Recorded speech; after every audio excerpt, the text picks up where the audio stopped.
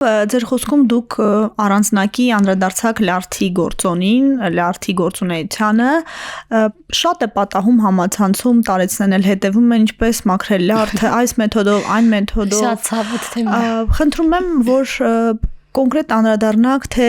արդյոք պետք է լյարդը մաքրել, թե ոչ, եւ ինչ միջոցներով մաքրել այն եւ լյարդի ֆունկցիայի մասին։ Այո, լյարդը ոչ միայն մաքրել պետք չէ, լյարդը ինքն է մաքրում մեր օրգանիզմը աղիներից եկած եւ տարբեր տեղերից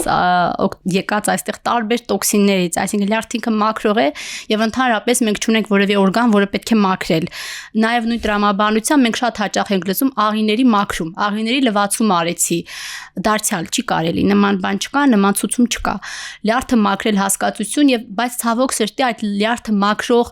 միջոցները, որոնք օգտագործվում են, դրանք շատ հաճախ բուսական անհայտ ծագման միջոցներ են, որոնք խորհուրդ չի տրվում չարաշահել, որովհետև դրանք գոյություն ունի լյարդի, այսպես ասված, լյարդի հերբալ ասոցացված, բուսական ասոցացված տոքսիկ ախտահարում։ Դա կարող է լինել օրինակ ինչ-որ մի բուսական նյութի չարաշահումից, որը նրանք օգտագործում են, այսպես ասած, մաքրելու համար։ Այսինքն ֆիքսում ենք, որ լյարդը մաքրել հասկացություն գոյություն չունի, դրա անհրաժեշտությունը չկա։ Եվ սրանով այս մասով կարծես թե պատասխանեցինք։ Մյուսը լյարդի հետ կապված, լյարդը համարվում է համեմատաբար լուռ օրգան։ Այ օրինակ բերանի խոռոչի դեպքում, ստամոքսի աղիքի դեպքում գանգատներ ասեցինք։ Լյարդի դեպքում մարդը կարող է ընդհանրապես գանգատ չունենալ, բայց ունենալ լյարդի լուրջ հիվանդություն։ Կան մի քանի հիվանդություններ, որոնց կանխատեսումը, այսպես ասած, պրոգնոզը ծերունական տարիքում ավելի վատանում է։ Դա լյարդի ալկոհոլային ախտահարումն է, այ շատ հաճախ ենք լսում մեր պապիկների դեպքում, հատկապես գյուղերում ապրող, ամեն երեկո իր սարքած տնական մաքուր օղուց մի բաժակ խմում է, այսպես առողջ, լավ քնում է, ուղեղը լավ է աշխատում, այդպիսի բան չկա, ճիշտ հակառակը խորհուրդ չի տրվում եւ չկա ալկոհոլի անվտանգ չափաբաժին, այդպիսի եզրույթ բժշկության մեջ չկա։ Իդեպ, երբ սննդաբանը մեր եթերում այս արտահայտությունն ասեց եւ մենք սոցցանցերում տարածեցինք, մարդիկ ընդվզեցին, որ բժիշկները չգիտեն, այնուամենայնիվ մի բաժակ օղին ավելի օգտակար է լյարդի համար եւ ընդհանրապես խնդրում եմ կրկին հաստատեք, որ ալկոհոլի օգտակար բաժին չկա։ Իհարկե չկա։ Եվ տեսակ էլ չկա։ Այո, չկա, ոչ տեսակ, ոչ բաժին չկա։ Չեն կարող ասել, որ կատեգորիկ հակացուցված է, չեն կարող նման բան ասել, բայց հավանականությունը, որ ռիսկերը, կողմնակի ազդեցությունները դրա ավելի շուտ մենք կտեսնենք ծերունական տարիքում, միանշանակ ավելի բարձր է։ Այո, ձեր ասածը զարմանալի չի, պատկերացրեք, դա մեր ամենօրյա աշխատանքն է։ Եվ նույնիսկ երբ որ ախտորոշում ենք պացիենտի մոտ լյարդի ցիրոզ, որի պատճառը իր չարաշահած ալկոհոլն է, նրանք այդտեղ էլ են այսպես ընդդիմանում են, բայց ինքը շատ չի խմել եւ նույնիսկ հարազատները կինը հաճախ շատ չի խմել է մի բաժակ օրը, երկու բաժակ տնական օղի, մաքուր, իր սարքած օղին տնական, մի հատ նախաճաշին, մի հատ ընթրիկին, ինչ կա դրա մեջ տոքսիկ եւ այո, այդ խոչընդոտը կա բացատրելու, որ դա չի կարելի եւ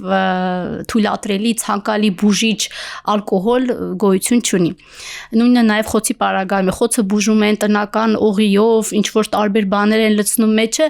դա իհարկե մեր դարձյալ հաճախ դիտվող պայքարներից է, որ չի կարելի։ Լյարդի դեպքում, եթե գանգատ է առաջանում, դա կարող է լինել դեղնուկը, դեղնություն, մաշկի դեղնություն, աչքերի սպիտակների դեղնություն, մեզի գույնի մքացում, եթե նման գանգատներ է դիտվում, դա միանշանակ կապված է լյարդի հետ եւ պետք է անպայման դիմել լյարդաբանի։ Այս պարագայում ընդհանրապես, եթե լուծիի փոշկապության դեպքում ինչ-որ այսպես խնդիրներ ենք տալիս, դեղնուկի հայտ գալու դեպքում, երբ մարդը տեսնում է, որ աչքերի մեջի սպիտակները դեղնել են, ոչինչ անել չի կարելի եւ պետք է դիմել բժշկի։ Եվ հատկապես այն մարդիկ, ովքեր ունեն լյարդի, արդեն ունեն լյարդի ալկոհոլային ախտահարում, ունեն լյարդի այսպես մետաբոլիկ ասոցացված ախտահարում, շաքարային դիաբետ ունեն, բարձր խոլեստերին եւ այլն, եւ հեպատիտ C, այս խմբի մարդիկ, նրանք հատկապես ծերունական տարիքում պետք է մշտապես գտնվել լյարդաբանի հսկողության տակ, որովհետեւ բարդությունների ռիսկը ավելի բարձրանում է տարիքի հետ։ Մյուս հիվանդությունների դեպքում իհարկե եւս, բայց հատկապես այս երեքը, նրանք ովքեր ունեն այս հիվանդությունները, պետք է լինեն շատ ուշադիր եւ հետեւողական։ Բժիշկ, եւ մենք ուտող խմող ազգ ենք եւ մարսողության հետ կապված խնդիրները բոլորի համար կարծում եմ շատ կարեւոր են։ Ինչ անեն միջին տարիքի մարդիկ, որպեսզի մի քիչ ավելի խնամքով օգտագործեն մարսողության համակարգը եւ որն իրենց ավելի երկար եւ լավ ծառայի։ Խորհուրդներ ընդհանուր բնույթի բոլորիս համար։ Հասկացա։ առանձնահատուկ խորհուրդ հենց մարսուղությունը պահպանելու համար չեմ կարող ասել։ Խորհուրդները նույնն են, ինչ որ ամբողջ օրգանիզմի առողջությունը պահպանելու համար պիտի լինի։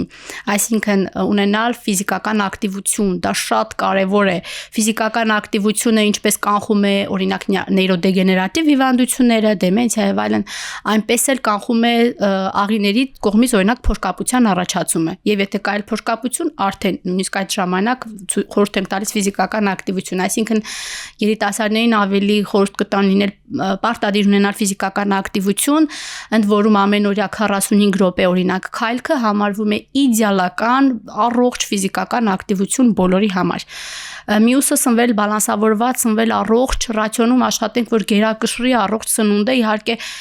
մենք էլ մեր սովորությունները ունենք, շատ ճարպոտ սննդամթերքները, պահածոյացված սննդամթերք շատ օգտագործել այդ ձմռան ամիսներին։ Գիտենք, որ այդ պահածոները պահպանվում է դեռ, աշխատել քիչ օգտագործել, չփչացնել մթերքը, պահածոները դա սննդի մթերքի փչացում է, ուղղակի դա չանել, եւ եթե կան արդեն ախտորոշված հիվանդություններ, անպայման կառավարել այդ հիվանդությունները։ Շատ հիվանդություններ երիտասարդների մոտ կարող են այդքան էլ իրենց չանհանգստացնել եւ նրանք օրինական մարդիկ, ովքեր 1-2 անգամ չափել են, ֆիքսել են, որ ունեն բարձր զարկերակային ճնշում, բայց գանգատ չունեն եւ դրան ուշադրություն չեն դարձնում, այդպես չի կարելի, որովհետեւ այդ դրա պտուղները նրանք արդեն կտեսնեն ծերունական տարիքում, երբ որ արդեն օրգանիզմի հարմարվողականությունը այդքան էլ շատ չէ։ Այսինքն, եթե կան հիվանդություններ, այդ հիվանդությունները կառավարել որքանով որ դա հնարավոր է, քչացնել ռացիոնում շաքարի օգտագործումը։ Ես բացառման մասին չեմ խոսում, ուղղակի քչացնել շաքարի օգտագործում, դրանով օրինակ կկանխվի շաքարային դիաբետը կամ այլ մետաբոլիկ հիվանդություններ։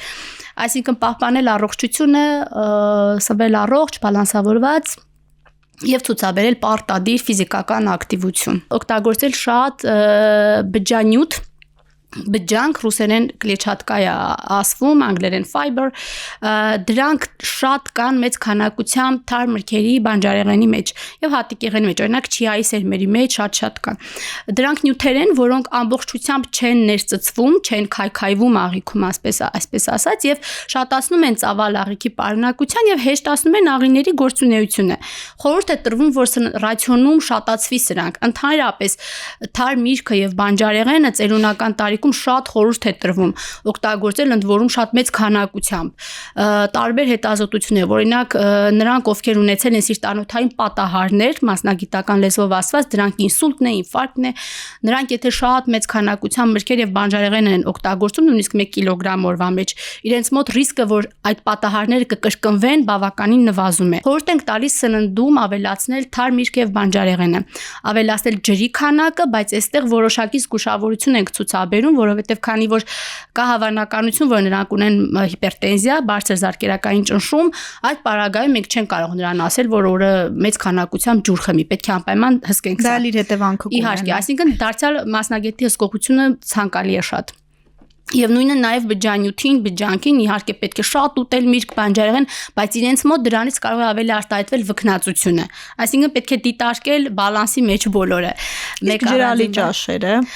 ցանկալի է, բայց այն ինչ որ կա մեր ժողովրդի մեջ մտած կամ երեխաների դեպքում, մեծերի դեպքում ամեն օր սուպ ուտել, դա այդքան էլ պարտադիր չէ։ Եթե ջուրը բավականին չափով մարդը օգտագործում է բալանսավորված սնունդ, ածխաջրերը, ճարպերը, սպիտակուցները նորմալ քանակությամբ, բացարձակ անհրաժեշտ չէ, որ սուպ ուտել, ջրալի ճաշ ամեն օր ուտել։ Ըստախորժակի։